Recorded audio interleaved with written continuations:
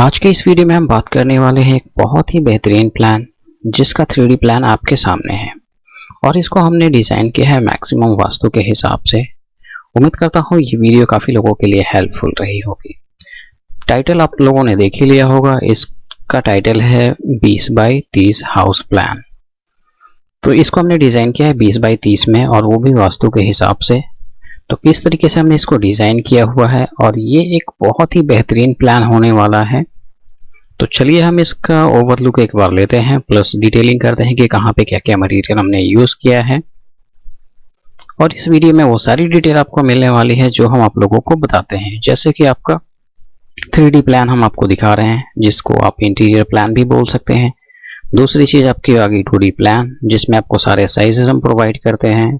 उसके बाद आपकी कॉलम प्लेसमेंट आती है, कॉलम प्लेसमेंट का साइज आता है और उसके बाद इसकी जो है कॉस्टिंग आती है कि अगर हम इसका घर बनाते हैं तो कंस्ट्रक्शन कॉस्ट कितना आता है फिनिशिंग तक, फर्निशिंग तक नहीं, फिनिशिंग तक। इस बात का आप जरूर ध्यान रखें, इसलिए वीडियो को शुरू से एंड तक जरूर देखें और ध्यान से देखें। तो चलिए देर की इस बात की, हम फटाफट से इसकी डिटेलिंग देख लेते हैं कि 3D में हम कहाँ पे क्या चीज़ हमने यूज़ की है। हम एंट्री से शुरू करते हैं।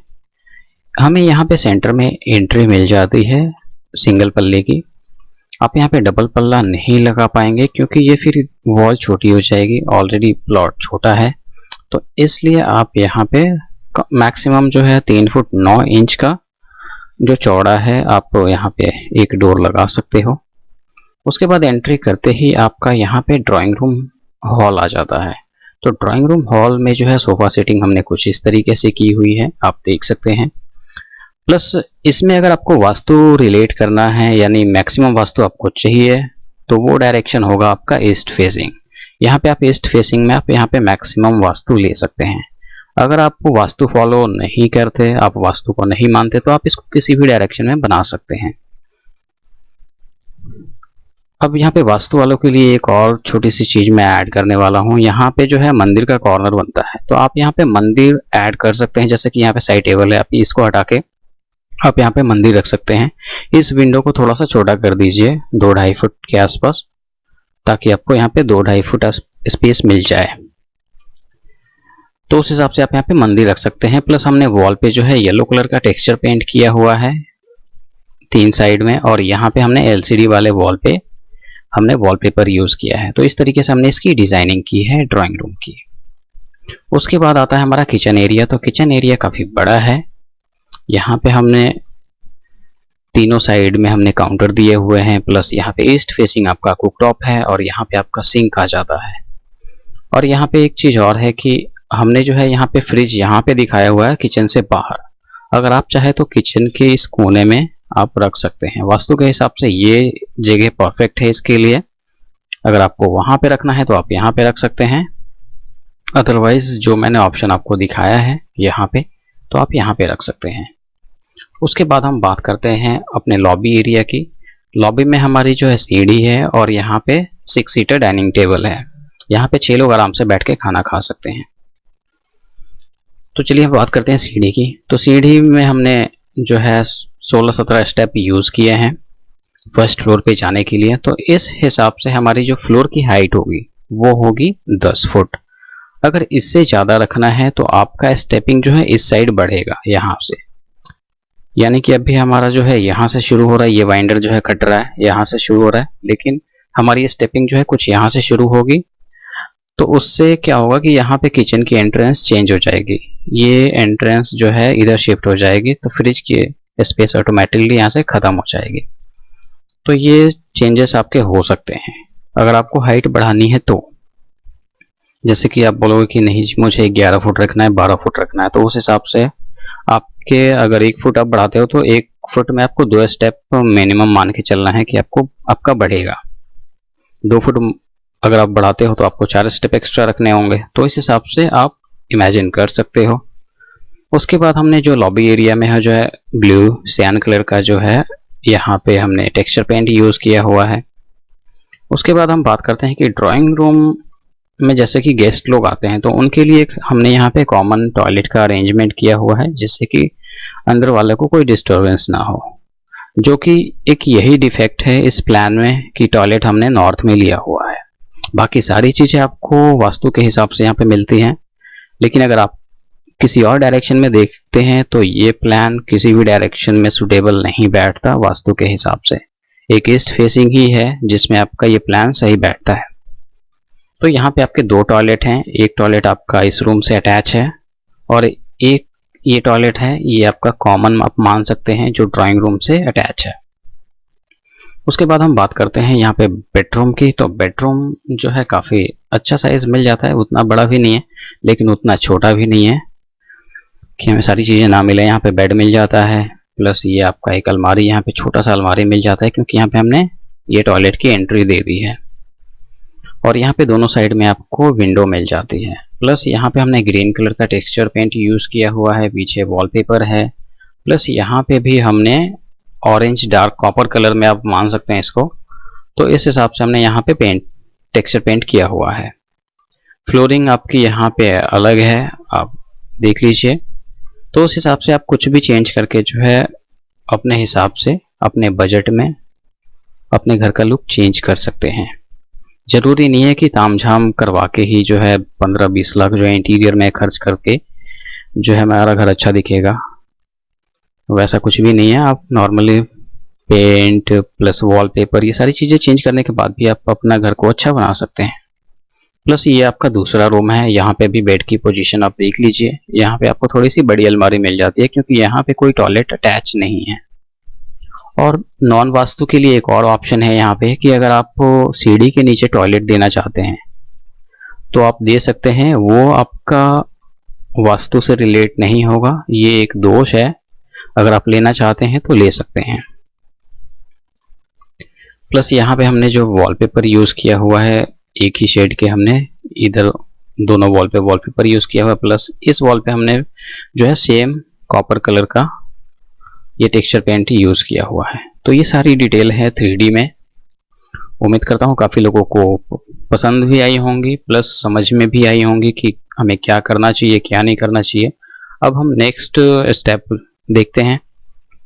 ये हमारा प्लॉट का एक बेसिक लेआउट प्लान है। यहाँ पे आपको प्लॉट की डायरेक्शन, उसका सही साइज, प्लस अदर साइड क्या है, किसकी प्रॉपर्टी है, वो सारी डिटेल आपको यहाँ पे मिल जाती है। तो सबसे पहले हम बात करते हैं प्लॉट साइज की। तो प्लॉट साइज काफ़ी बड़ा है, जिसमें से हमने यूज़ किया है 20 बाई 30 का प्लॉट। 20 इसकी चौड़ाई है और लंबाई इसकी 30 है। इसका मतलब ये हुआ कि हमारे आजू बाजू में हमारी ही ज़मीन है, क्योंकि प्लॉट काफ़ी बड़ा है जैसा कि मैंने आपको बताया। इसलिए यहाँ पे वेंटिलेशन की कोई कमी नहीं होगी, चारों साइड से ओपन है प्लॉट। और इसकी डायरेक्शन की बात करें तो इसकी डायरेक्शन हमने रखी है ईस्ट फेसिंग, और इसकी जो डिजाइनिंग है वो वास्तु के हिसाब से हमने की हुई है। मैक्सिमम वास्तु आप मान सकते हैं इसे। इस वीडियो में हम आपको सारी डिटेल दिखाते हैं, जैसे कि आपका 3D प्लान, इसकी कॉस्टिंग। जो भी हम कॉस्टिंग बताते हैं वो कंस्ट्रक्शन कॉस्टिंग होती है फिनिशिंग तक। उसके बाद हमारा आता है कॉलम प्लेसमेंट और उसके साइजेस के बारे में हम आपसे डिस्कस करते हैं। और 2D प्लान में जो भी हमारे कमरे के साइज, किचन के साइज क्या है, वो सारी डिटेल मैं आपको यहाँ पे प्रोवाइड करता हूँ। तो इसलिए आप वीडियो को शुरू से एंड तक और ध्यान से जरूर देखें। ये हमारा ग्राउंड फ्लोर का 2D मैप है, आप लेआउट प्लान भी आप इसे बोल सकते हैं। तो चलिए फटाफट से हम इसके साइजेस देख लेते हैं। यहाँ से एंट्री से शुरू करेंगे। ये हमारी मेन एंट्रेंस है। मेन एंट्री का साइज जैसे मैंने बताया कि आप 3.5 फुट भी रख सकते हैं और 3 फुट 9 इंच भी रख सकते हैं मैक्सिमम। उसके बाद जो है हमारा आता है ड्राइंग रूम एरिया। तो ड्राइंग रूम एरिया का जो साइज बनता है आपका, ये बनता है 10 फुट चौड़ा है, प्लस इसकी जो लंबाई है वो 10 फुट की है, यानी कि 10 बाई 10 का आपको यहाँ पे ड्राइंग रूम हॉल मिल जाता है। और यहाँ पे दोनों साइड से आपको विंडो मिल जाती है, सामने भी और इधर भी। और जैसा मैंने बताया कि आप इस कोने में मंदिर भी ऐड कर सकते हैं, लेकिन उतना आपको विंडो को छोटा करना पड़ेगा। यानी कि आपको मंदिर के लिए 2-2.5 फुट की स्पेस चाहिए, तो उतना आपको इस विंडो को छोटा करना पड़ेगा। उसके बाद हम बात करते हैं किचन की। तो किचन का साइज आप एक बार देख लीजिए। इसकी चौड़ाई है 8 फुट 9 इंच चौड़ाई है, और इसकी जो लंबाई है किचन की वो है 7 फुट 4.5 इंच, जो कि काफ़ी अच्छा साइज है किचन का। और यहाँ पे जैसे मैंने आपको 3D में दिखाया है उस तरीके से आप प्लेसमेंट कर सकते हैं। और विंडो की साइज़ की अगर मैं बात करूं तो विंडो का साइज़ जो है 5 फुट चौड़ा है और अपने फ्लोर हाइट के हिसाब से आप विंडो की हाइट और डोर की हाइट रख सकते हैं। उसके बाद हम बात करते हैं कि हमारा जो है ये लॉबी का एरिया क्या बनता है। इसकी लंबाई जो बनती है वो 11 फुट की बनती है टोटल, और इसकी जो चौड़ाई बनती है वो यहाँ तक बनती है 8 फुट 9 इंच की। उसके बाद जो है आपका जो ये बनता है वो बनता है आपका 4 फुट 5 इंच का। और यहाँ पे आपका जो है कॉमन टॉयलेट है। इसकी साइज़ की अगर मैं बात करूँ तो ये 5 फुट 7 इंच इसकी चौड़ाई है, और इसकी लंबाई की बात करें तो आप इसको 4 फुट मान सकते हैं, क्योंकि आधा इंच कम है तो आप इसको 4 फुट ही कैलकुलेट कीजिए। और सेम साइज़ का आपका ये दूसरा बाथरूम भी है जो इस रूम से अटैच है। उसके बाद हम बात करते हैं अपने बेडरूम 1 की। तो बेडरूम 1 का साइज़ आप देख लीजिए 9 फुट 2 इंच का हमने यहाँ पे रखा हुआ है, और 10 फुट का इसकी लंबाई रखी हुई है। उसके बाद जो है आपका यहाँ पे आता है दूसरा बेडरूम। इसका साइज़ हमने रखा है 9.5 का, और इसकी लंबाई जैसा कि आपने देखा 10 फुट। तो ये रूम के साइजेस हैं, प्लस दोनों रूम में आपको यहाँ पे विंडो की प्लेसमेंट मिल जाती है, इस हिसाब से आप रख सकते हैं। प्लस सीढ़ी की जो डिटेल है वो आप कुछ इस तरीके से रख सकते हैं, जैसा कि मैंने आपको 3D में बताया कि आप 10 फुट हाइट मैक्सिमम रख सकते हैं, और उसमें आप 16 से 17 स्टेप आप डाल सकते हैं। अगर आप हमसे मैप बनवाना चाहते हैं तो उसके लिए आप हमारी वेबसाइट पे जाना होगा। वहाँ पे हमारी जो है टर्म्स एंड कंडीशन है उसको आप ध्यान से पढ़ें और उसको फॉलो करें। ये हमारा कॉलम का एक बेसिक प्लेसमेंट प्लान है, जहाँ पे हमने बेसिक तरीके से कॉलम की मार्किंग की हुई है। कॉलम डिटेल जानने से पहले मैं आपको इसकी कंस्ट्रक्शन कॉस्ट बता देना चाहता हूँ कि इसकी एग्जैक्ट कंस्ट्रक्शन कॉस्ट कितनी आएगी एक फ्लोर की। तो ध्यान से सुनिए, इसकी जो कंस्ट्रक्शन कॉस्ट आएगी वो है 8 लाख आएगी एक फ्लोर की। और कई लोग फिर कमेंट करेंगे कि अब इसमें क्या क्या इंक्लूड है। तो यहाँ पे मैं दो चीज़ें बता रहा हूँ, एक होता है फिनिशिंग और दूसरा होता है फर्निशिंग। फिनिशिंग मतलब आपका होता है कि डेंटिंग पेंटिंग करने के बाद का घर, और जो फर्निशिंग होता है वो होता है फर्नीचर आइटम ऐड करने के बाद।